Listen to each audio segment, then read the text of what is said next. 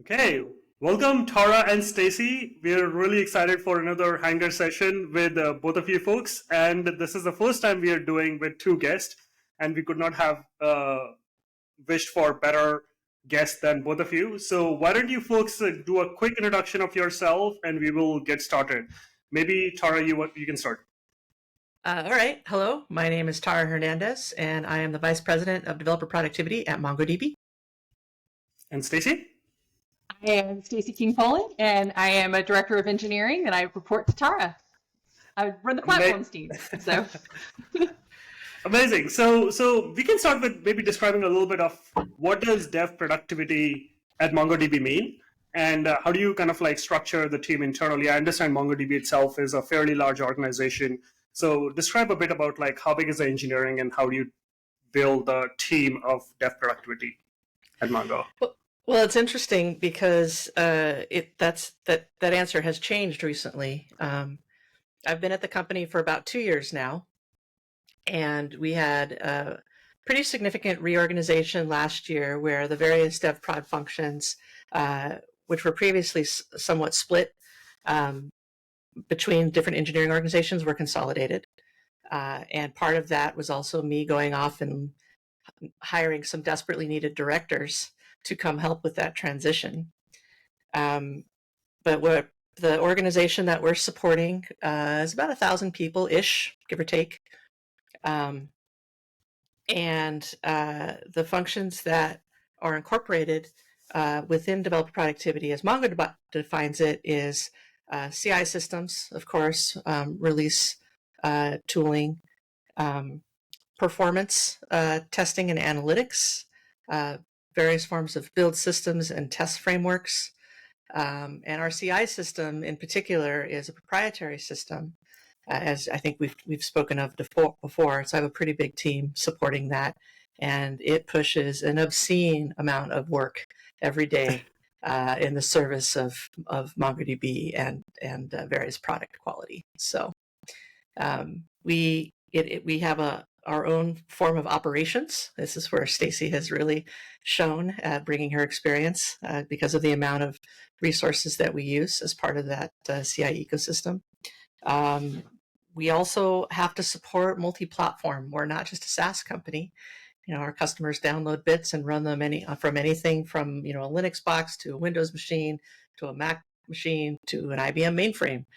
So we have a very complicated platform support strategy and associated toolchain strategy that we also have to support. So there's a lot going on with our team. It's a lot of fun and a little bit crazy. Amazing. And Stacey, you are particularly driving analytics and operations. Can you describe a bit more about like your responsibilities and roles? yeah, so my team is kind of an interesting team, right? You know, our focus is really more about doing release engineering and building like a secure pipeline. We're building the tooling and automation to be able to release our products safely and successfully, you know, and to improve that space. So really, we're kind of the in-between of all of the stuff. My team is also focusing on building a comprehensive developer platform to kind of get all these things into one place to make a better experience for our engineering teams.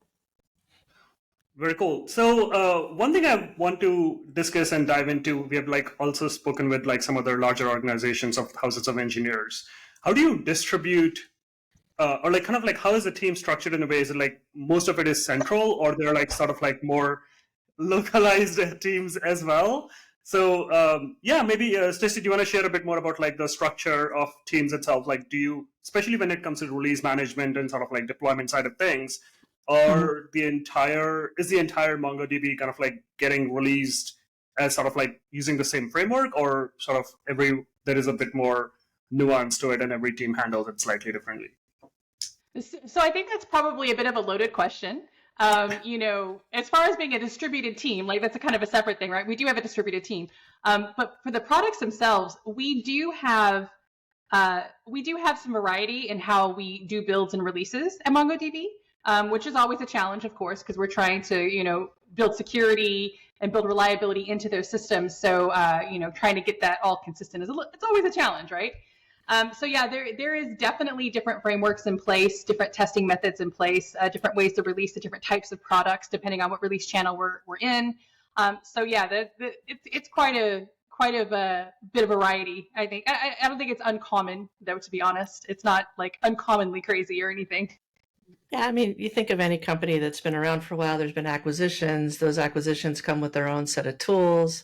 As you get into containerization, now you're talking about container registries, right? And all of the things that go with that. And there's different types of container registries. So it is very much a very dynamic environment. Yeah. Well, plus So- we also have like the cloud platform as well, which brings a whole other set of, release Right. considerations. So Cannot forget Atlas. no. I mean, so there's a lot of different channels. We have our community channels, we have our enterprise channels, the cloud channels. So there's a lot going on. Yeah. Okay. I think maybe another way to think about this is like, where do you draw the line between like product engineers and platform?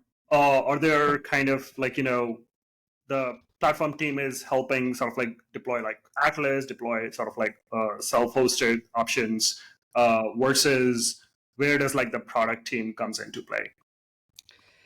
Well, currently, I think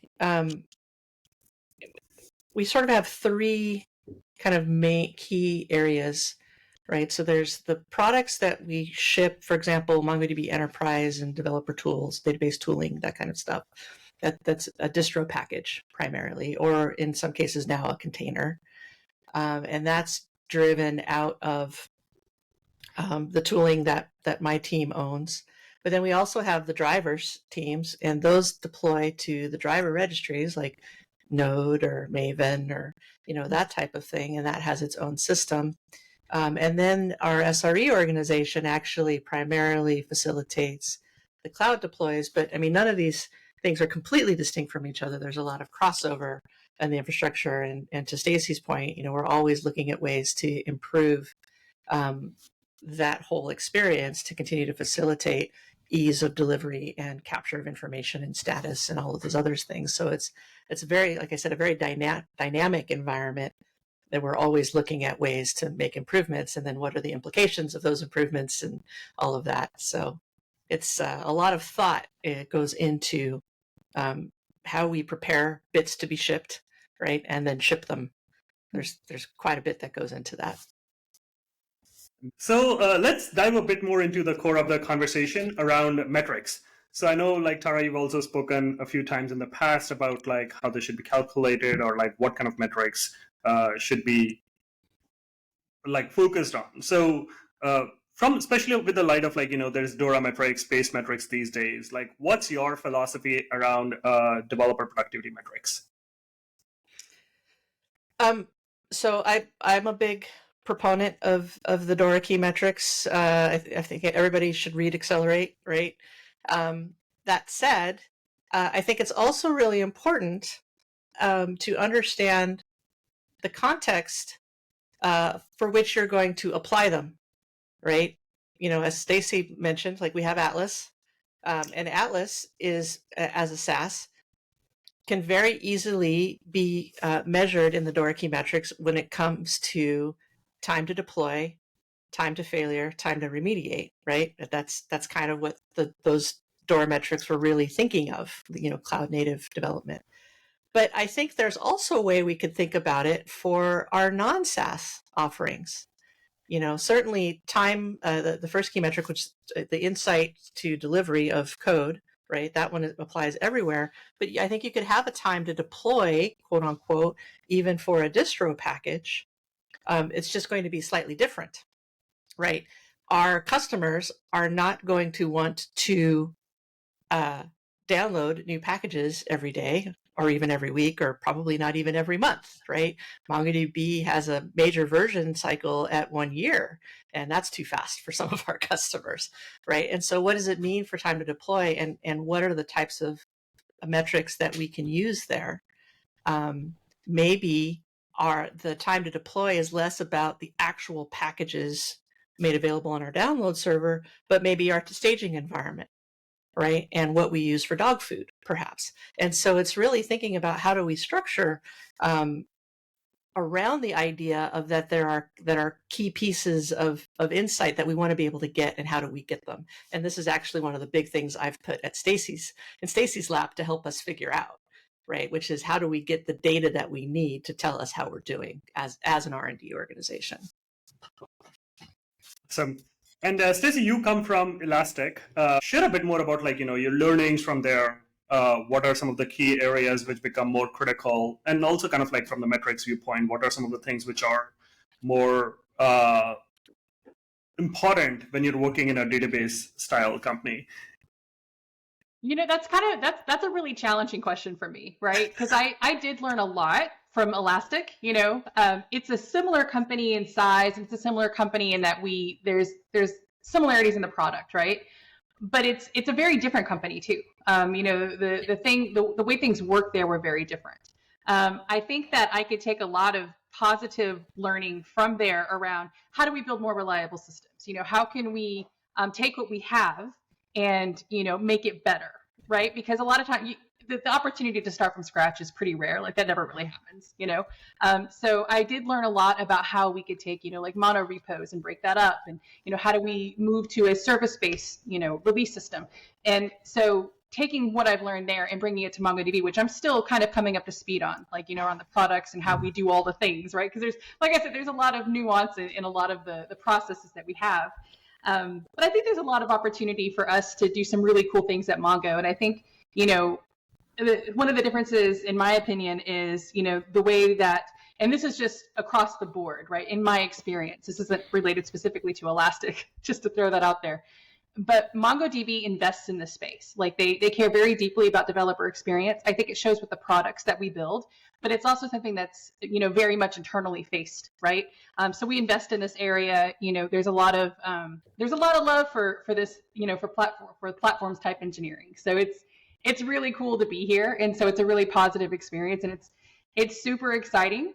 I kind of make a joke that I wake up and I feel like I'm on vacation every day because I'm getting to do the cool stuff every day, which, I mean, you can't beat that, right? Like, that's the way to be. But yeah, I would say that's what some of the biggest differences. Again, not related specifically to Elastic, but to the industry as a whole. There is such a love for this particular type of engineering, this particular type of domain. And I think it feeds our products very well, right? And so I think, yeah, I would say that's it. Awesome.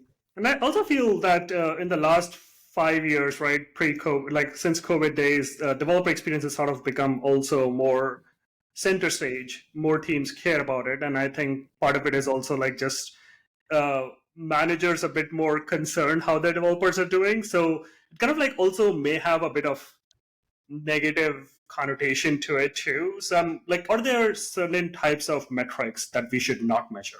And like, open to anyone who wants to start. Oh, well, I mean, I certainly have my opinions here.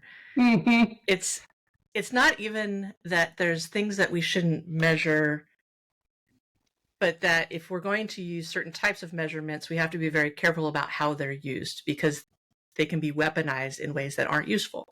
So let's take one that is probably the one that comes up the most often, like never measure lines of code, right? By default, yeah, actually, if you have a metric that says that you're doing your job the best if you have the most lines of code added, or even if it's added or deleted, like whatever, that there's churn, that's somehow you doing your job very well, right?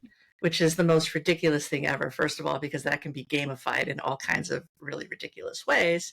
And secondly, it's incentivizing the wrong things, right? If, however, you look at an average lines of code for a developer who seems to be increasing or becoming more efficient, like you look at it in the context of other things, then it can be a useful piece of information.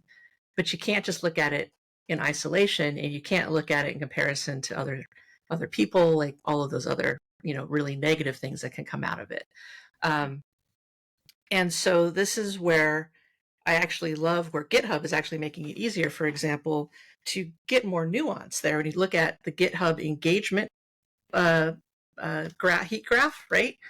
I think when it started out, it was commits, perhaps, but now it's commits and pull requests and comments And so, and you can see it in a little radar graph for some people where you look at, and now you can start to see patterns where I would expect to see a junior engineer to probably be the spikiest for PRs, followed by commits, followed by code reviews. But a senior engineer is probably the reverse, right? Certainly, code reviews is a huge part of their contribution, and all of that in aggregation shows their engagement. How do you look at Jira tickets, right? Or whatever your bug tracking system of choice is.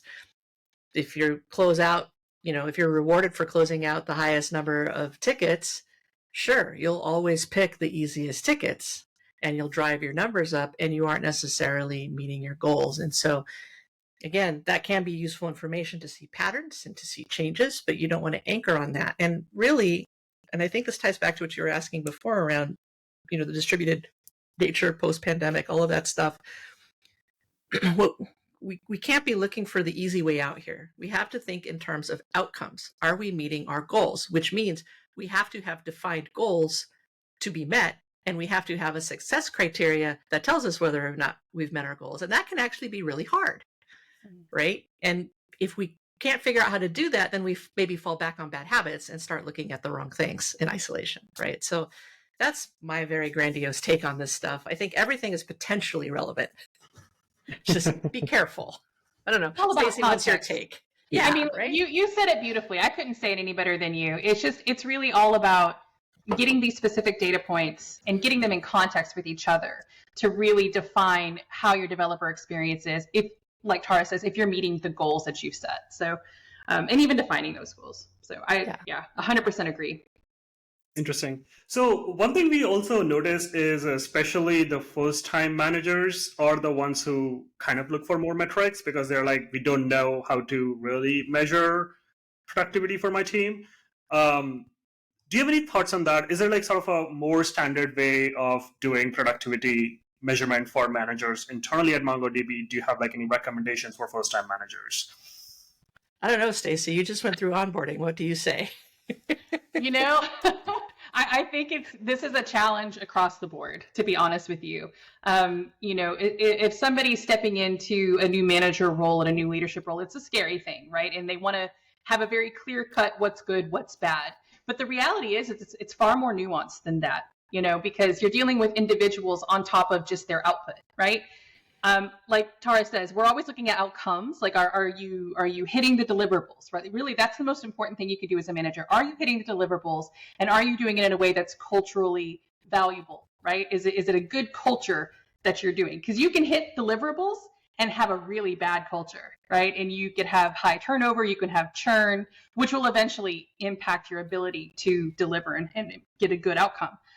So it's a really scary place to be. And I think that, having good relationships with the people that you're managing, having a clear understanding of what's being asked of your team, right? And being able to, what's the right word?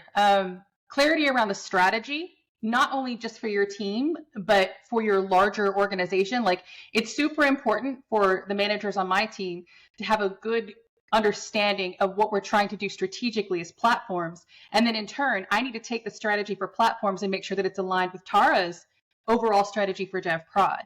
And being able to connect those dots is, in my opinion, the way a new leader can start evaluating if they're on the right tracks, because those metrics go beyond at that point, like the DORA metrics and things. It's really about culture and about, are we delivering the right things and having that opinionated voice around it. So, and I think a lot. Yeah.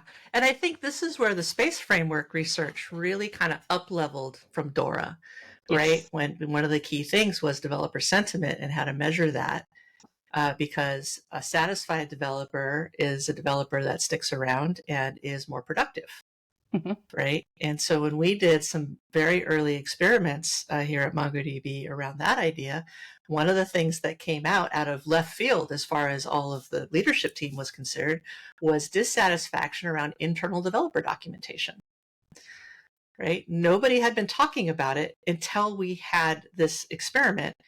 And so we've created we've created and we're constantly evolving the idea of a Google sort of G3 Doc Lite ecosystem where there's a standardized searchable documentation co-located with code kind of culture that we've been driving. Obviously, we don't have the benefits of the G3 doc ecosystem itself, if you're familiar with that, but we've made a very lightweight version of it, and to try to address that, right? And so it gets into something Stacey's going to laugh because I say this all the time, but I believe it so fervently. It's like the days when all of your problems are technical are the good days. Yeah. Right? I say this all the time because Daily. they almost never happen, right? And I think that that's the most important thing about developer productivity, which is it is a people problem. Not problem like it's a problem, but like it's a challenge. It is the problem of how to organize, incentivize, reward, motivate people to do awesome, right? And then the tooling and the processes, you kind of line up to facilitate that as best you can. And that's the thing that I think bites us as an industry, where we put a little bit too much focus on the tooling, because that's actually the easier problem. You can't really productize unless you're like Brene Brown or Simon Sinek, or one of those people who makes a living talking about leadership. But this is where I think as an industry we have tended to underinvest in really profound investment in technical leadership. And instead we buy solutions. Not to say that those solutions are bad. There's plenty of good tools out there, but if they're not used the right way, or a leader doesn't understand the context of it, it's going to be hard to get the best advantage, right? And this is where I think it's the most interesting challenge that we have. What do we as an industry value? Well, we tend to value technical acumen. We're a high-tech industry, right? But there's a certain element of I don't want to call them soft skills because there's nothing soft about them. This is the hardest part about either being a people leader or a dev prod platform team that's trying to facilitate, your engineers. You have to understand the people aspect of it. I almost feel like, a dev proddy should have a minor in psychology or something, because you have to be such a good influencer, not just a good coder. That's 100% true. 100% true. Right. I mean, change is so scary for developers, right? So, and our teams are built to disrupt and to create change to get us into a better space. But, I always like to use the example of, you got cookies, you got these old stale Chips Ahoy cookies on your desk. Let me take those cookies and give you some nice, yummy, delicious, hot baked fresh cookies, right? They're all down for it until you touch those Chips Ahoy cookies, right? So then it's like, wait, no, don't touch them cookies, So yeah, it can be scary. So at an organization of your level, if you're talking about people challenges, how do you even analyze this? I'm guessing surveys is probably a big part of this, where you kind of understand the pain points around developers. Yeah, that's what the space framework said. You want to know, ask. use a survey, or some form of information gathering, right? So at smaller levels you can just talk to people, but at bigger levels it becomes harder. I think in partnership with surveys, being able to reach out to the stakeholder teams, and acting on those surveys, right? Because then people stop responding to them. So I think you have to have both of those things. Yeah.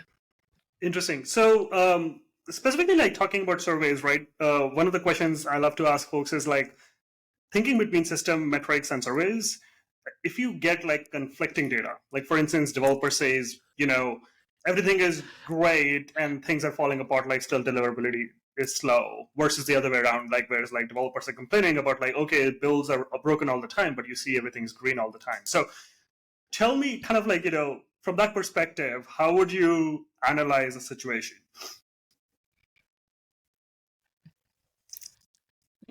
That's a tough one, right?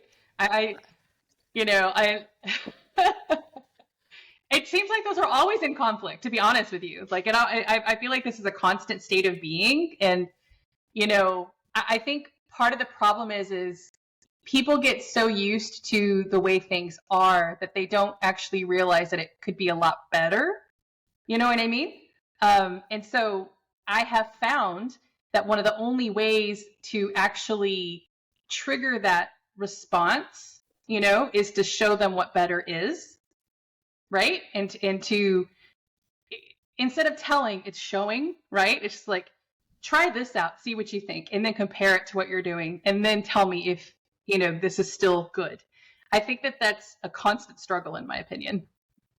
And I think, if you go back to what we were just talking about earlier, which is context, right? So if you have maybe a developer survey that shows that people are generally dissatisfied, but the data seems to be in conflict with it, then the first thing you have to look at is, how confident actually are you about that data? Is it measuring the right things, right? Yeah. Or conversely, if people are generally happy, but the data is showing that things are not, then you have a communication failure, which is you are not putting the focus on the right piece of information for the developers to get the insights that they need in order to know what to do, right? So if a developer thinks, oh, well, we make our sprints all the time and we got our features out, but they are never shown the fact that their backlog is growing 30% month over month for, the outstanding bug tickets, well, the developers aren't necessarily going to go be tracking that all the time, right? If it's not easy, they won't think about it. They think, well, here's the set of bugs I was assigned to this sprint and I got them done, right? And so that's understanding the systems of how the interplay of people plus data plus the tooling to help show the data becomes such an interesting sort of recipe. And you always have to go back. Yeah, and you always have to go back and revisit, right? And that's the other thing I think we're bad at is like, oh, hey, we did a thing. Okay, because it's not our core business, we may not look at it again for a long time. But we actually have to, because that could be something that we're spending far too much time on just because it's what we've been doing all along, right? Rather than going back, like we could probably cut this by 60% and do something else with these resources, right? And we have to be able to have those conversations. Interesting. So speaking of surveys, and again, at the scale of MongoDB, how do you think about slicing the survey responses and also qualitative versus quantitative surveys? How does you take a survey of 1,000 developers and make sense of it? Well, our HR team helps us. We do it twice a year. So yeah, it's, every company will have its way of doing it. When I was at Google, there was the Google Geist, right? And that was for 200,000 people, right? And you need analysts to help you figure out how to distill that information. But at the end of the day, sometimes the biggest value you get is not necessarily the quantitative data out of it, though you hope for that because that's easier. But you just have to sit there and start reading all the comments, as painful as that might be, because there might be some gems in there that don't come out in any other way, right? And so that's just the reality. You wish there was a way to always be quantitative, but we're people, and as we're humans, so we can't rely on that. I'll give you a great example. At every company I've worked at that does these types of surveys, this trend that I have seen, every company, the trend that I have seen is that the level of satisfaction for the company as a whole is going to always be at least 10 points lower than the level of satisfaction for their immediate team. Why? Because they know those people, right? And the bigger the company, the bigger the delta, right? You think some, a junior engineer at Google is going to feel really positive about Sundar Pichai? That's 30 levels above him or her, right? But they know their manager, and if their manager's any good, they're going to think really good thoughts about their manager, right? So that's another kind of aspect of scalability in being able to interpret results, right? You have to not just have broad questions that apply to everyone. You also have at least some section of your surveys that are going to be specific to a particular unit, so you can get those types of insights too, because they will almost invariably be in conflict. Interesting. So I want to kind of move a little bit towards thinking about other organizations who are just starting with okay, we are now growing fairly quickly, and we want to start thinking about building a developer experience or productivity team. Do you have any recommendations on what is something that they can start with today, which might be just sort of low-hanging fruits, or how would somebody even go about setting up a developer productivity organization?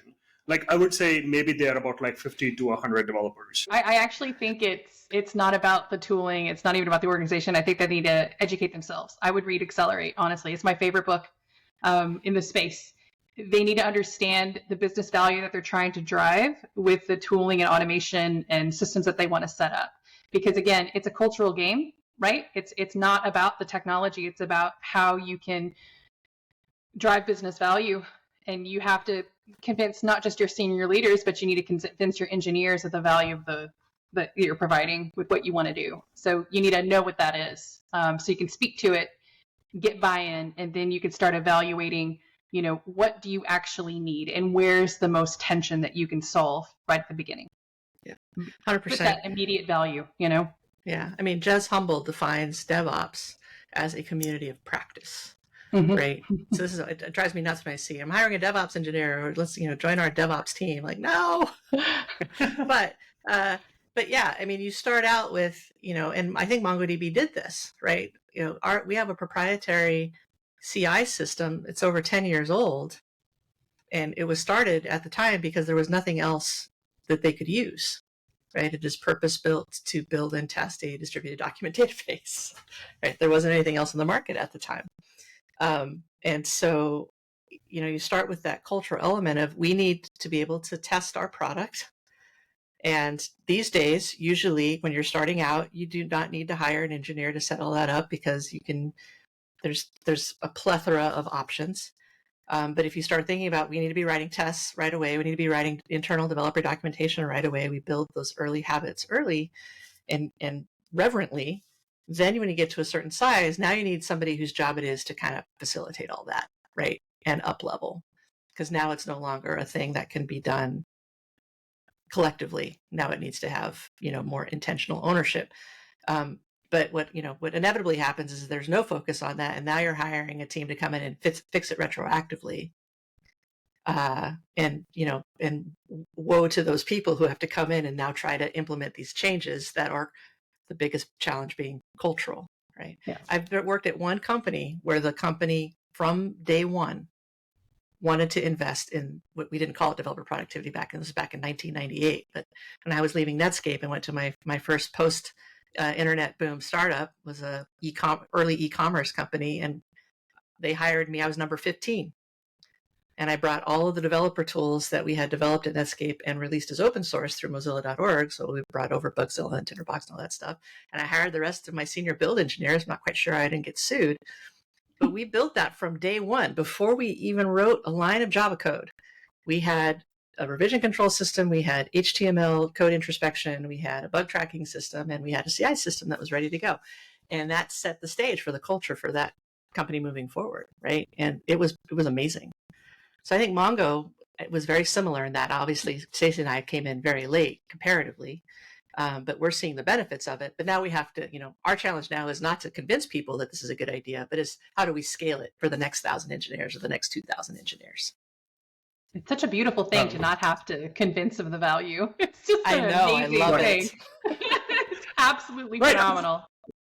That actually brings to the other part, right? I mean, so we run the Hangar DX Zoom sessions as well, and some of the folks who come there are working in sort of, for lack of a better word, like old school industries, and who haven't really invested historically into developer productivity. And most of the times they've just struggled to get the buy-in from leadership on that. So do you have any thoughts on how one person, especially as an IC or maybe just a junior engineering manager, thinking about changing that culture internally? What is certain things they can do? That's tough. I would say you pick, if you're doing it within an engineering organization, you pick one thing that you're struggling with, and you figure out how to improve that one thing. Yeah. And you, for example, let's say you have a library that's part of you're the engineering manager of a team that supports some library that's used in a larger system, right? And let's say that you're getting yelled at all the time because there's a lot of support tickets that seem to end up in your team, right? So the first thing is, are they legit? So you spend some time making sure that they're legit. And the second thing is, if they're legit, then it is now your job as a manager to figure out how to fix that. What do you need to do to fix that? And you set your team a goal, and then you meet the goal. Now you've started building momentum. right? Now you can say, gosh, it took us this much work in order to make it so that our quality bar is now here. And so now moving forward, I know that we have to be ready to invest some percentage of that on an ongoing basis because of our support needs. And also we may need to spend some time in the future refactoring, and we should plan for that, right? But you have to be outcomes driven around it. Now, if you're the partner of that team, and maybe the manager isn't thinking about this yet, they're just thinking about how stressed they are that they're getting yelled at all the time, but maybe you're the dev prod partner and you're like, hey, how can we help you? Now, and you try to create a relationship of mutual support, some allies, in order to have a little, friendly disruption. Like, actually, we're going to build, a suite of tools to help you achieve your needs. And now, when you're successful, the two of you together can go to the rest of engineering and say, look, see what we did, right? I'm a big fan of the, go slow and subversive until you have enough momentum where you can just start rolling things, right? But when it comes to people, you have to start slow, because if you do it wrong, it's 10 times harder. Well, you got to build that credibility and trust, right? Exactly. That's a great way of talking about it. If you break that, then it's almost impossible to get back. And it can be easy to break that trust because, it's very hard to do the work that we do. And there's a lot of, influence. There's a lot of things that, you have to watch out for, like technically wise, not even just culturally, right? So it's really important to build that credibility. And the more credibility you have, the more buy-in you're going to get, because they're going to trust you. They're going to be like, oh no, they know what they're talking about. They fixed all these other things, and you get that over and over. Moving to one of the other sections I want to dive into, I know we kind of like going a little bit over time, but share a bit about your maturity of dev productivity at MongoDB. Like, where things are, what do you think are working great at MongoDB? Where do you think are the biggest opportunities for improvement? And maybe you can share a bit more about, like, I don't know, Stacey, what kind of things you're working on right now? What are some of the biggest challenges you're facing? Oh gosh, how long do you have? No, I'm just kidding. No, there's a lot going on. In my opinion, I think that DevProd as a whole is actually in a really good space comparatively to other places that I've been. Right. I think there's a lot of stuff that we can do to make things really good and really better. And I mean, like, Tara's got like unbelievable ideas, and I think that this is probably one of the few places that those things are accomplishable, right? So I have a philosophy of, aim small, miss small, build faster feedback loops, getting telemetry across our ecosystem and understanding where tension points are, getting, single panes of glass for stakeholders to understand, how are their quality trends? What are their release trends? Those are the types of things that we're looking at now, which in my opinion feel a little bit more advanced than a lot of places where it's still very fundamental on, we don't have pipelines and we don't have automated release and we don't have all these other things. So it's kind of exciting to be in a team that's looking further. Like, if you want to talk about your horizons, Tara, we're actually looking beyond the immediate horizons, and I'm thrilled to death about it. So. Yeah, having the space to really bring innovation to this space, to this topic. It's, I saw it at Google, but Google had a 5.9 service, right? And so the level of investment that it was willing to make was in support of that degree of outcome. Atlas is 3.5, I forget, but almost nobody has a 5.9 service, and yet MongoDB's commitment to trying to up-level quality and facilitate velocity through the investment of a solid developer platform and a positive developer experience, I think is just stupendously exciting. Yeah. That's amazing. And obviously, I don't want to miss on this question. So Evergreen. So you folks have been building and running your own CI, which I don't think I've heard of anyone else. And I understand maybe it started because there wasn't really a good CI system back then. But share a bit more about, like, the world of Evergreen today. How invested are you in this? Do you expect in future, would you ever move to a CI system like off the shelf? Well, I can't tell you. A couple of months ago, I was having dinner where the CTO of Circle CI was there. Rob Zoomer, I think his name is. And he was laughing at me. He's like, "Really? You're writing your own system?" I said, "That's what I said." And so I walked him through what we're doing, and he looked at me for a while. I was like, "Okay, you got me." So as soon as you said mainframes, it's like, the amount of customization we'd have to do for any commercial system doesn't really make it worth it, right? So this is one of those inevitable things, because we, as a company, decided to invest in the CI system. Like I said, it's purpose built to build and test MongoDB.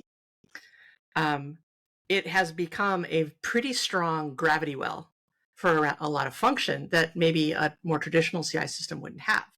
So there's no value judgment. It was, I'm sure, almost absolutely the right thing to do at the time. I probably in many cases is still the right thing to do. However, if we were going to change that, we'd have to think about a lot of what happens around Evergreen. I mean, Evergreen is the most business critical system that we have, as far more than a typical CI system would be at any other company. So, will we change it in the future?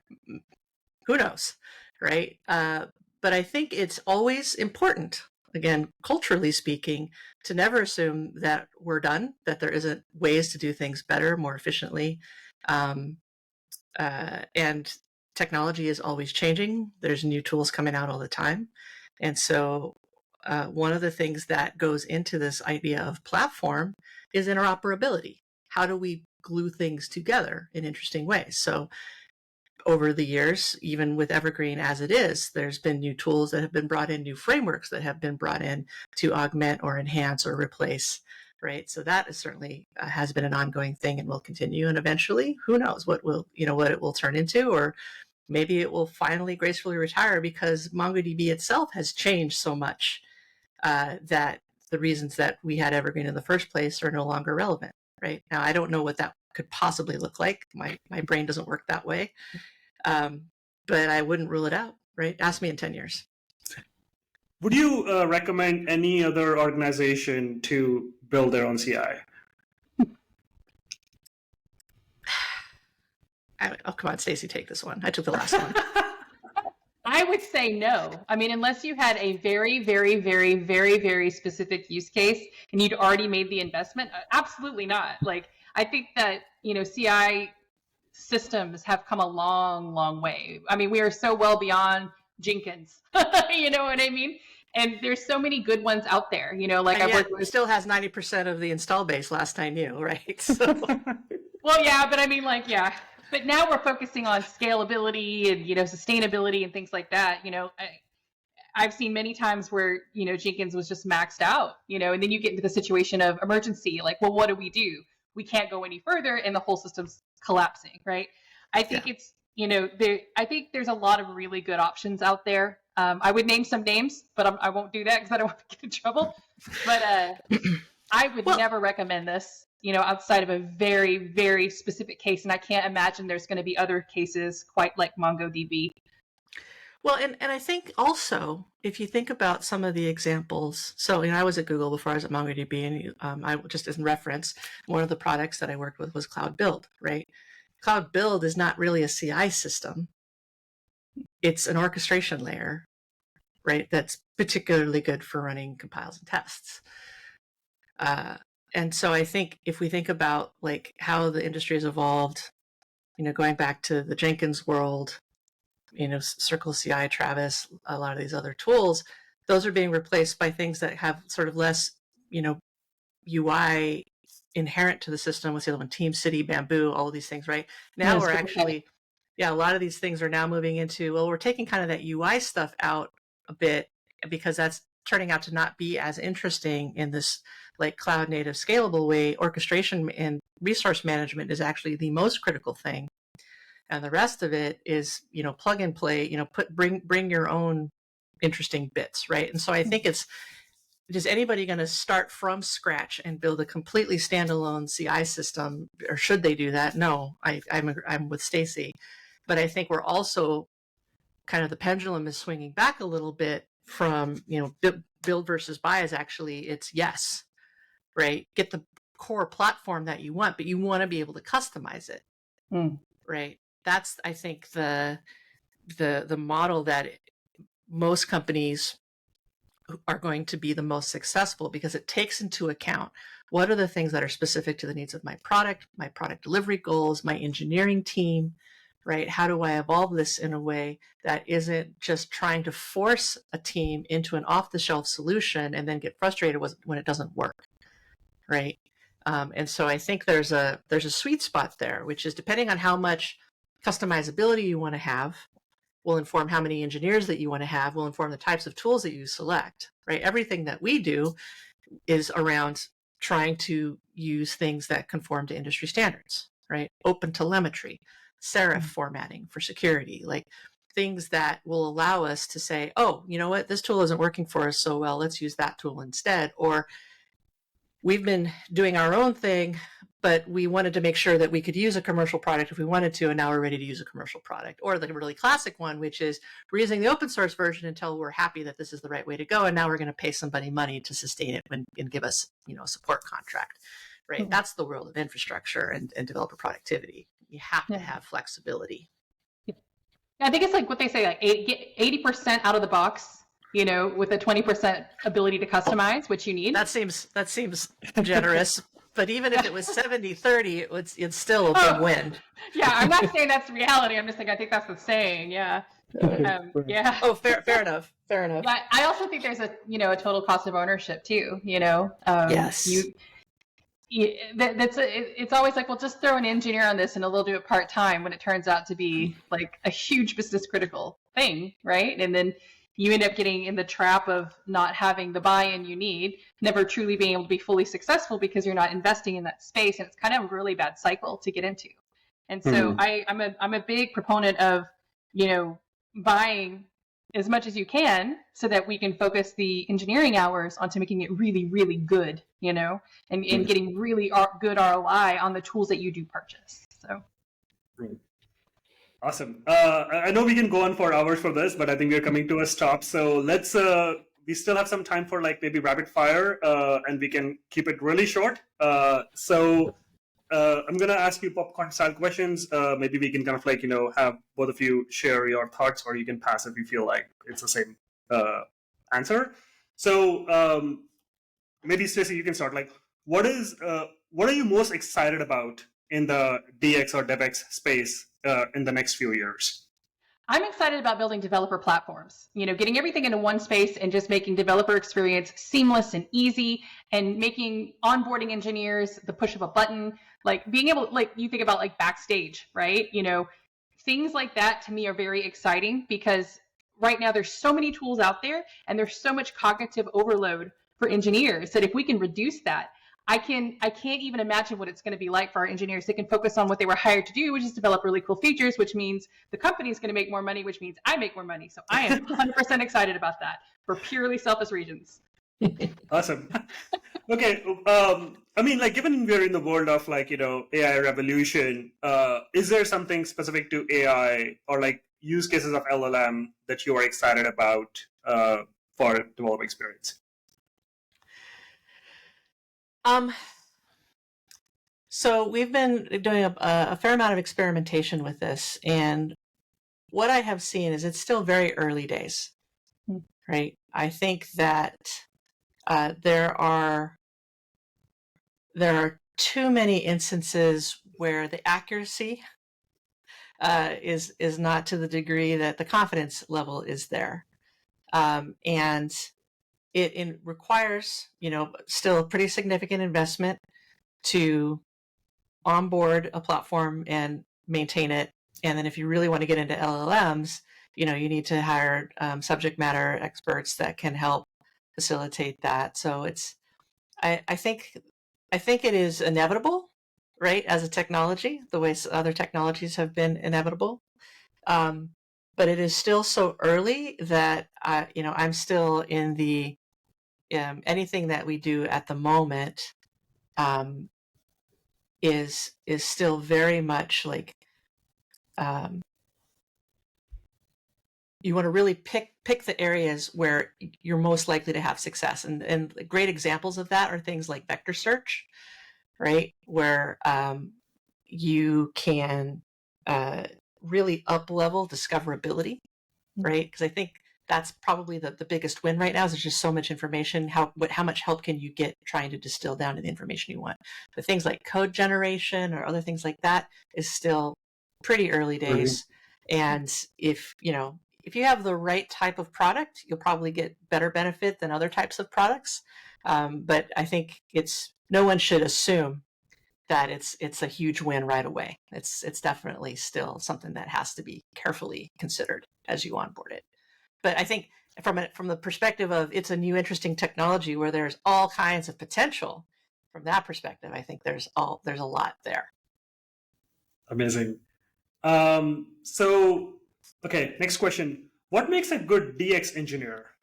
Ooh, gosh. If we take out the specific skill sets, because there are plethora of skill sets, I would say somebody who is empathetic towards the experience that developers have and the frustrations that they have. Like they have real empathy and understanding, preferably with some of that experience, because I think that'll help them inform to make better decisions and to be thinking about these things well ahead of the problem, if that makes sense.